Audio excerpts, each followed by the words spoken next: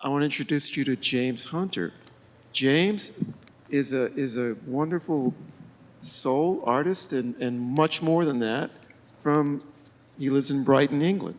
And you're from Colchester originally, is that right, James? That's right, yes. It's the oldest recorded town in Britain. Wow, wow. Okay. Well, if you sent many of like the neo songs on James Hunter's new album back in time to 1966, if you played them on a top 40 radio station anywhere in the USA, the radio audience of that time wouldn't know that James's recordings were not created in the mid-1960s. That's my impression of your music. You distill that time and those flavors from that time so beautifully into music that's absolutely contemporary. I didn't think we'd actually reached 1960 or the mid-60s yet, stylistically, but it's nice of you to say so. That's what I'm hearing, because I was listening to top 40 radio in the 60s, and it reminds me very much of that time. But I can understand that what you do, also goes to long before that, into the 50s. But James's albums have been released by Ace Records, Rough Records, and in the US, Rounder, Concord, and Daptone. Daptone Records issued his new album, Whatever It Takes, in February. James received a Grammy nomination for his 2006 album, People Gonna Talk. Now, in the early 1990s, James sang backup for Van Morrison. He later opened shows for Aretha Franklin, Etta James, Willie Nelson, and Tom Petty. He tours the world with his band, and he calls his group the James Hunter Six. Well, please welcome James, and we're going to have some conversation and some music too. Oh, jolly good. Thank you very much. Oh, thanks. I'm going to take this out here. Well, James, you're younger than that first generation of British rhythm and blues fans, that group that includes the Rolling Stones and Eric Clapton and the Kinks and those guys. I mean, they discovered American blues, rhythm and blues, and rock and roll in the 1950s and the early 1960s. Now, how did you discover soul music and R&B and blues from America? Because you're in Colchester, the oldest town in England. Yeah. How did you discover that American music? Well, there was a bit of a resurgence in the interest in the original stuff. People like Johnny Guitar Watson, Hank Ballard, and the Midnighters.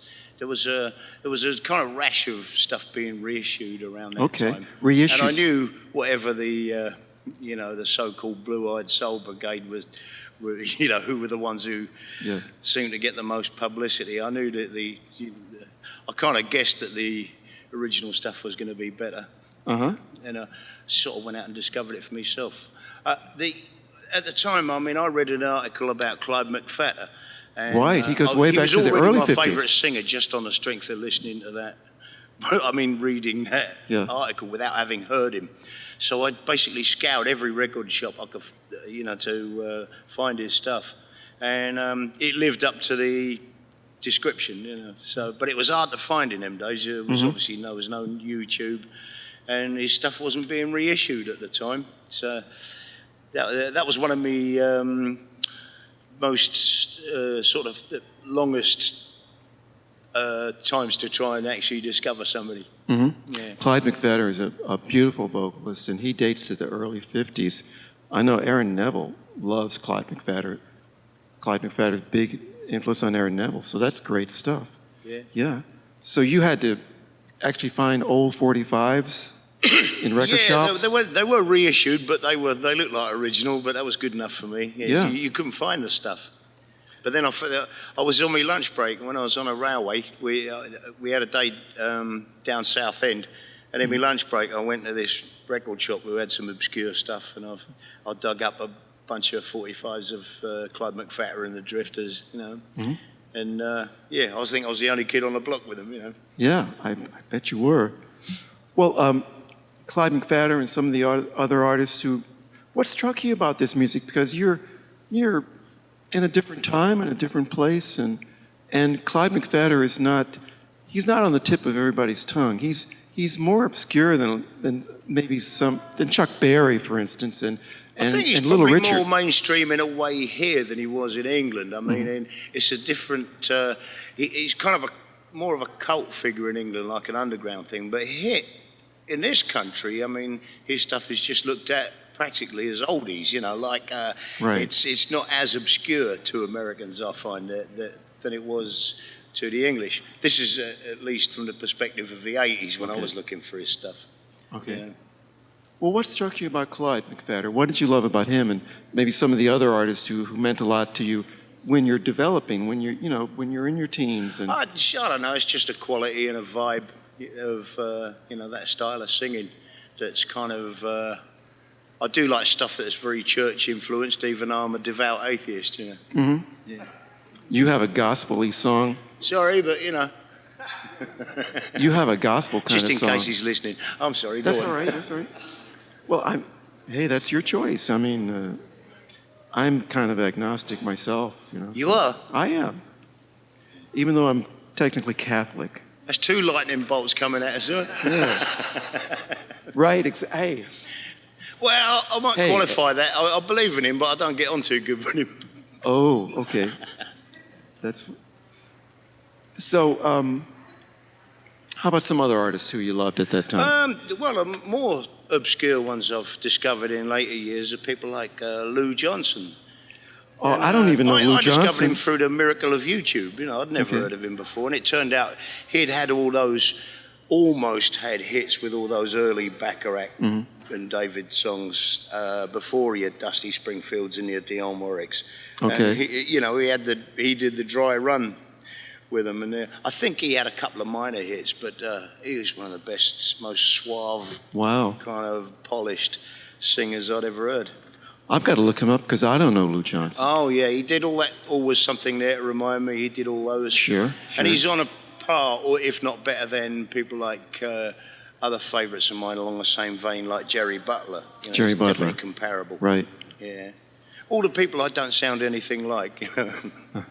Well, you sound great. I've been listening to your stuff all day, and it's really wonderful. The way you distill that stuff and make it your own and make it of this time. This is no time for false modesty. I agree with you. All right, there you go.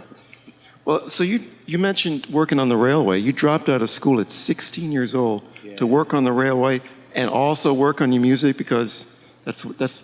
Yeah. I was going to stay until I was 17, but because I was going to drop out at 15, but the teachers thought I was cleverer than I really was, and they pressured me into staying on until I was 16 to do my O levels, which I magnificently failed. Okay. So, did you know at 16 that you wanted to do music for your life? No, I didn't. I knew I wanted to. I think I was in a hurry to have a bit of self-respect and get a job. Okay. Be a working man. And I think after a couple of years of being a working man, I thought I definitely wanted to do music. Right. So, yeah. And it's working out. It's working out for you. Yeah, I ended up doing it, Yeah. Was just a couple of years that you decided to be a professional musician? Like a couple of years, like maybe you were 18 or so?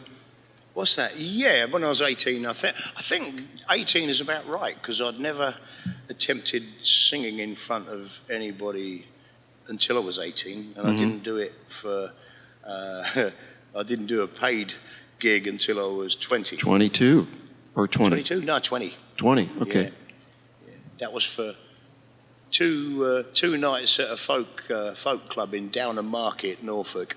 Okay. I got 25 quid a night. Okay. Yeah, And I wish I could get that much now. Did that encourage you? You what? Did that encourage you playing your first gig? Yeah, sort of. And then 10 years later, the price went up to £27 a night. Well, you had to pay dues. It took a while for this to happen for you. I suppose it did. I mean, we've had several sort of several breakthroughs. I mean, the first time was like 1987. We had a big buzz about us.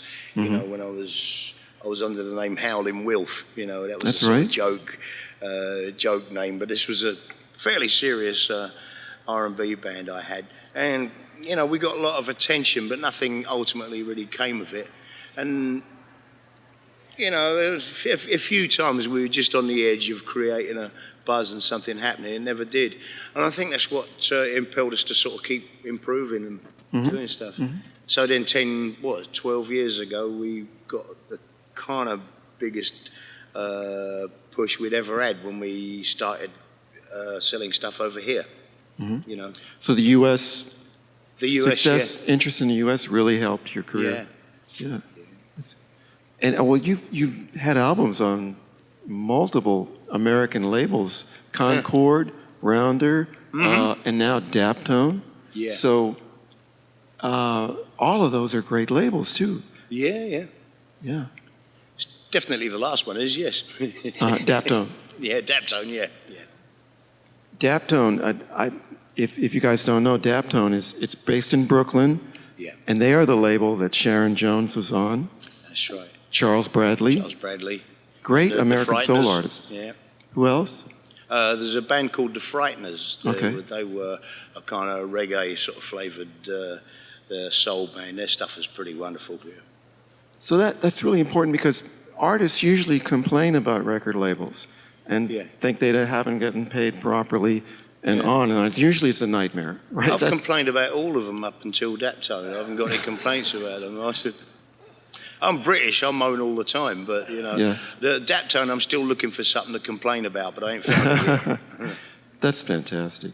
But now, the Daptone guys, they love records, they love music, and they make music themselves. So that can be a big difference between people who have no idea what an artist is doing, even though they're in a record company. Yeah, exactly. I mean, they are the first people we have,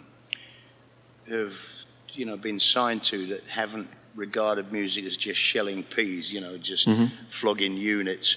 I mean, they're actually hands and feet into music, whereas I think that some of the other ones we've been with have been a bit more, this sold before, let's try and do it like that. Right. That kind of thing. It's just a business like any other, and you do run into people who know nothing about music and have no interest in it.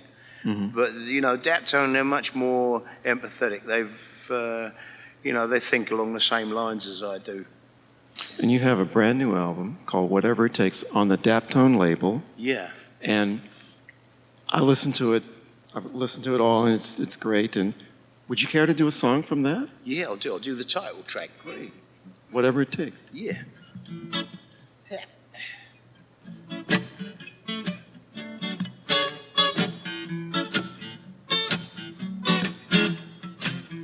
Nail your colors to the mast and have a little faith in me.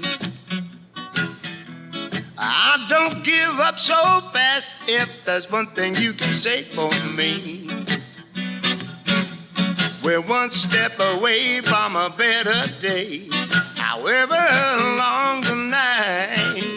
And whatever it takes, I'm gonna make everything all right. Leave the struggle in the past and have a little faith in me.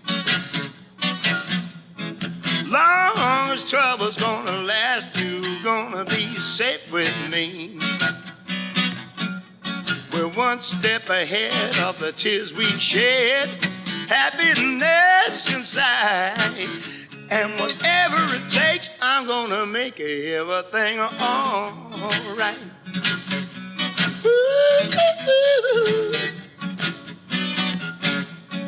From the beginning, spend our whole life swimming up against the tide.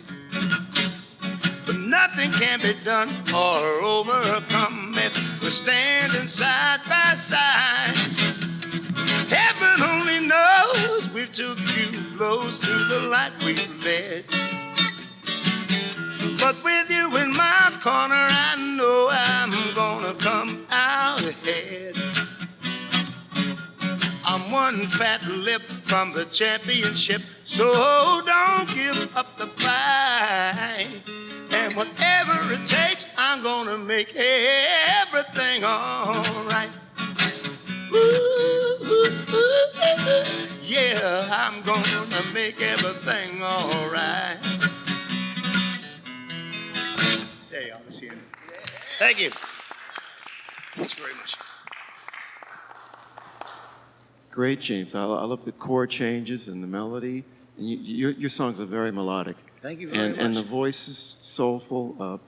That soulful tone kind of sounds like Sam Cooke a little bit, huh? Oh, well, great. You yeah, love can't Sam be Cooke, bad, I yeah. bet.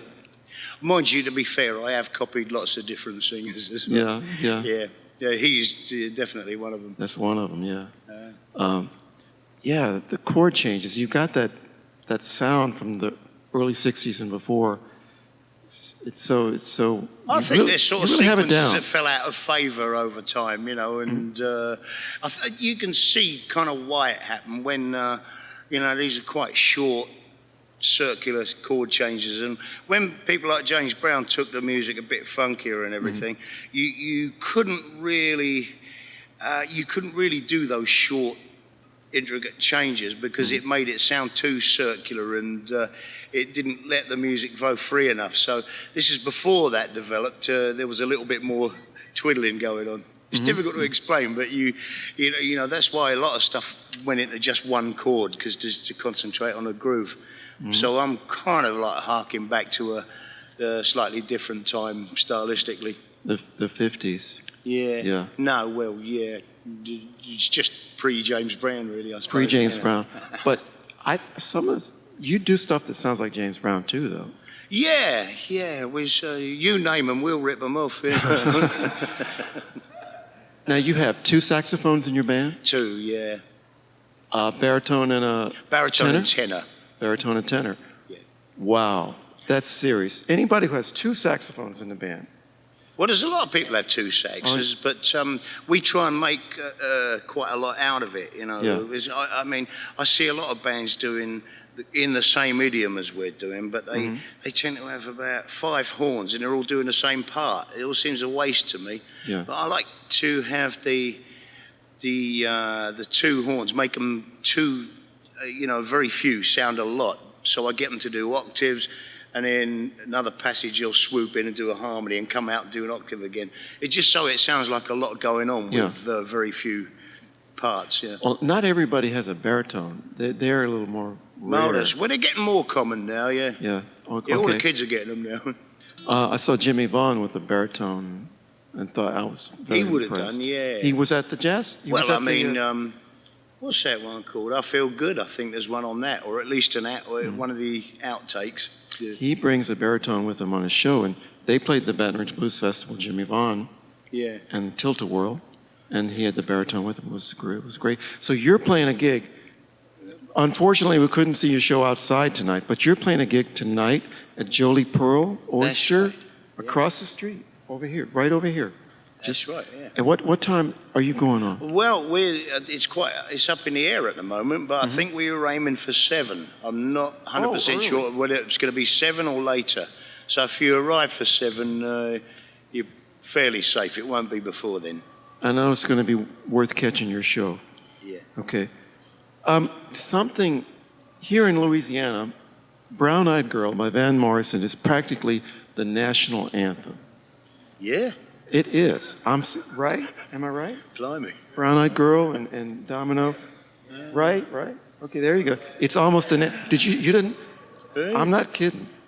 Any place you go anywhere in the Baton Rouge area, and maybe lots of other places in Louisiana, any band is going to play Brown Eyed Girl. Oh, right. Now, you worked with the man himself, Van Morrison, for quite a few years. Yeah. I think he was sick to death of it, wasn't it? Because it just harks back to a time when he was in a very unhappy position with his label and producer or whatever. Exactly. And that was around that time. That was a horrible time for him. So I do like the stuff he gave them as a contractual obligation album. I've heard that. Have you heard that? It's Have you crazy. heard Ringworm? That's my favourite. Now, that was supposed to be a load of rubbish he got just to throw at them to get him off his back. But if I'd have actually written that, I'd have been proud of that myself. Yeah, he was just throwing stuff off, angry, trying to piss the record label They've off. changed the rules so you can't do that anymore, unfortunately. Yeah, and that whole stuff was released. You can hear it. You can buy it. Yeah.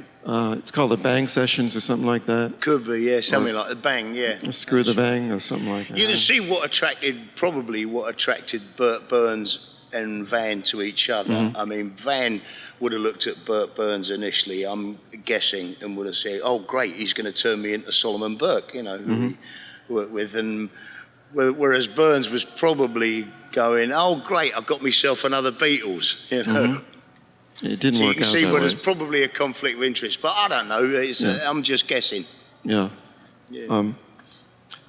Now, how did you get together to work with Van, and you were a backup singer and a guitarist for him? I wasn't exactly a backup singer. I was just doing a guest spot. So I didn't do his whole set. It was like a guest thing where I'd go on and do a couple of songs. And it was usually along the lines of, say, Guitar Slim, things I used to do, or Stormy Monday, which I still don't know the words to. And anything that wasn't blues related come up, I'd just walk off, have a cup of tea and wait till he did another one. So that was, I did that for, I don't know, a handful of years, I think. And you're on some Van Morrison albums too? You're on some albums with him? Yeah, in a minimal sort of sense. You know, apparently I'm on the album Days Like This, but I can't hear myself on it. Okay. And later Van Morrison is a guest on your album. Believe what I say? Is that right? Yeah, he did a track with us, yeah. So, now, did that open a lot of doors for you, working with Van? Did it what? Did it open a lot of doors for you? I don't know. You can't really tell. You'd have to live twice to know whether the doors opened anyway or whether that was because of that. So I really can't tell what it did for us. I mean, maybe a few more, maybe a few more people from Bristol know about us now. I don't know. Okay. Well, in the 90s and the 2000s in Britain, there was this movement called the neo soul movement, I think they were called, and some famous examples are Amy Winehouse, for instance. Yeah. And there was a girl named Duffy, and I don't know what happened to Duffy, but she was kind of doing the neo soul thing. In the UK, was there this whole soul movement, and were you part of that? Because part of what? Part of this whole neo-soul movement in the UK that Amy Winehouse was identified with? It's other people's perception, isn't it? If other people say you are part of it, then you are. Yeah. So we weren't consciously, we were just doing what we always liked. And what you'd done before that. Yeah, I was already doing it, yeah. But I wasn't as good as she was when I was her age, for certain, But, it's just, we were just doing the same stuff we always liked. Okay. Well, I want to ask you, you mentioned, we talked about the album and Whatever It Takes the title. 3 of the songs are dedicated to your wife, is that right? Or you were inspired by that one in particular, but yes, there was, she was kind of the muse for a couple more of them as well, yeah. Okay. Is she with you on the tour? No, I wouldn't let her hear me on tour. Oh, no, love. Yeah, she does, yeah. She is? Is that Jessie? That's her, yeah. Okay, that's Jessie. That's the famous Jessie. That's James Hunters. And are you guys still newlyweds at this point? Yeah. Was it been about a year? A year and a half? Jeez, time flies when you're having fun, doesn't it? And Jessie is from New Jersey, and she met James. She heard James on the radio. Yeah. And then she went to some gigs, and they met, and and now they're a couple, and they live in Brighton, England. Yeah, that's right. Yeah. You don't like the food over there, though, do you? It's pretty bad. We might move to Louisiana. The food's a bit better around here. Well, yeah, it's better. You got married? We did, yeah. We got married in New Orleans. Got married in New Orleans, that's right. Yeah. And, well, I'm just curious, why did you get married in New Orleans? It's kind of a destination for weddings in general, but how about you guys? Why? Because it had a sort of romantic connotation to it, plus convenience that we were actually going to be there at the time we wanted to get married. We were passing through there on tour. And thirdly, the rest of the tour was in Texas, and we didn't fancy that. Yeah. Did you get married in some special place in New Orleans? Yes, a registry office. All right. Yeah. Okay. Yeah, I know. That's another thunderbolt, isn't it? I know it is a destination, but that could be very expensive if you're going to have a destination wedding in New Orleans. Oh, yeah. So, but I know people do that. Well, since we're in Louisiana, and we're in Baton Rouge, and New Orleans is just down the street or down the interstate. Are you into, I mean, you mentioned Clyde McPhatter and some other artists. Are there some Louisiana artists, blues and otherwise, who you really love? So I didn't get that question. Are there some Louisiana artists? Yeah, oh, totally, yeah. I mean, chief among them, Alan Toussaint, who, you know, worked with us briefly. We ran into him a few times, and he pretty much like, he's one artist who kind of encapsulates everything I like about this style of music. And yeah, I think I would say he was a big influence as a writer, and you know, you could say he was a bit of a musical sort of father figure, given that I already kind of hero worshipped him and did more so after we got to know him. So yeah, he's very much missed. When did you meet him, and what work did you do with him? Well, he first saw me playing solo at Joe's pub in New York, because he was staying over there at the time. This was about 10 years ago, and he had a residency there. And he was in the audience when I was doing a solo. I didn't know, actually, till somebody told me. I didn't actually physically run into him until I was doing something at the Americana Awards in Nashville, probably the same year. And he's very nice, you know, we got chatting. And then we just got in contact with him to ask him to do something with us, you know, on the Hard Way album. So he came along and played piano and sang on a couple of tracks. And that was hard to persuade him, because he doesn't like his own voice as much as we like his voice. So, you know, it took a lot of persuading. So you met him after Katrina, and he lost his home in the flood after Katrina, and he moved to New York, and he did every Sunday. I think he did like Sunday brunches at Joe's Pub. Yeah. And he later made the wonderful live album at Joe's Pub. Yeah, that's right. Yeah. Well, that's fantastic to work with one of the greatest legends in American music, Alan Toussaint. Yeah. Yeah. Totally, yeah. Yeah. The world's a poorer place without him, for definite. How about some other people? How about some other people from Louisiana that maybe you admire? Well, there's a lot, artists? Really, you know, the usual sort of, you know, Professor Longhair, particularly Guitar Slim. Guitar Slim. And people like Edgar Blanchard, they were sort of influenced on our own sound, because they, you know, that was very popular, the baritone and tenor combination. That was a big feature in New Orleans music had a Orleans baritone music, for which sure. always had a big kind of bottom end. So I listened to a lot of that before I started this band. Yeah. Yeah. That's wonderful. And what album is the Alan Toussaint song on? Say again? Which album is the Alan Toussaint? He's on The Hard Way. He Hard sings Way. the title track, and he he plays piano on a one called Believe Me Baby. He does a beautiful solo on that. Did you make that album in New York? He what? Did you make that album in New York? No, we did it in Hackney, East London. Okay. Yeah. Wow. He was over there. Okay. He said that with the studio we did at Toe Rag Studio, and he said it was just like Cosimo's. He said, filthy. Cosmo Matassa's studio in New Orleans, which is where so we many... met him as well. Yeah. Oh, Once, wow. yeah, only somebody took us to his grocery store to introduce us, you know, and it was nice. Yeah, when you were in New Orleans, yeah. Yeah. That's great. Speaking of groceries, I've got to get me dinner in a minute. Now, how about Baton Rouge? I mean, Baton Rouge, you know, here we are at the Blues Festival in Baton Rouge, and do you have some guys from Baton Rouge that you like a lot? No, there's not know as much about, no.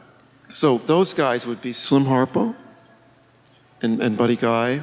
Yeah. And, you know, and there are others too, but they're probably the most famous. But it's a very similar style, isn't it? I mean, the sort of swamp pop kind of thing came from around here as well. Yeah. So it's the kind of Louisiana thing kind of covers that for me, you know, that's stylistically.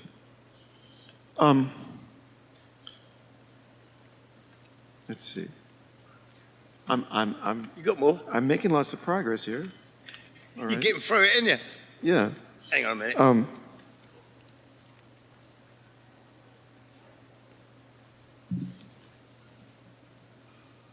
Well, I thought you fallen asleep then, sorry. that's all right. You know, the Grammy nomination for people going to talk. Yeah. How did you go to the ceremony and did you do all of that? Yeah, we went there. Yeah, the big categories were in a big room, but That's ours right. was this was the traditional blues category. So that took place in a sort of adjunct, a little shed, you know. So it wasn't as grand as the rest of it, and yeah. Mm-hmm. Well, that's a great thing. Did you get like a medallion or something? Yeah, we got the nominated medallion without your name on it. You know.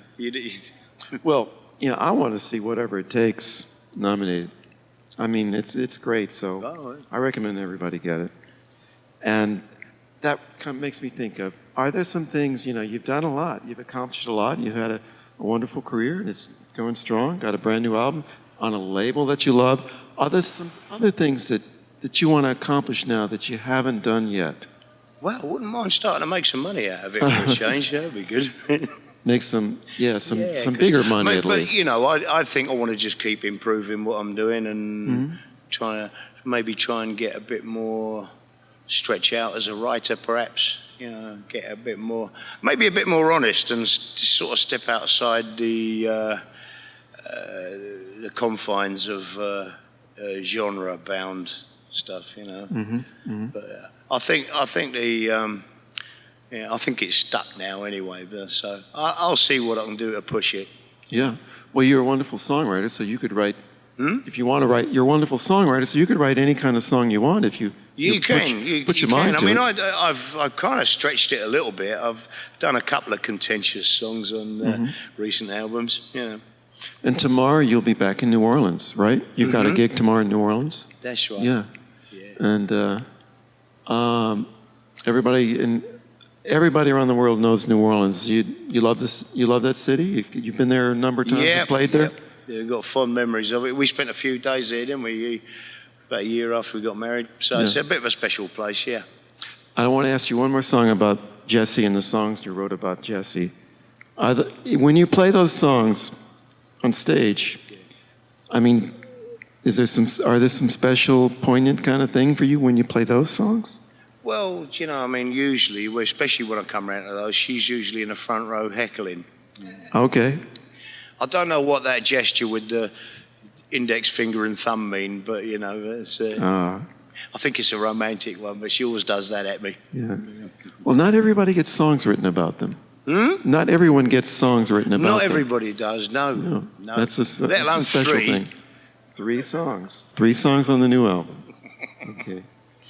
Do you want to finish with one more song? Oh, actually, no. My throat's going a bit. You have to sing later, so you have to preserve your voice. I better save it up. I can't get it oiled up. Because I think when you sing, you know, you work hard because you're...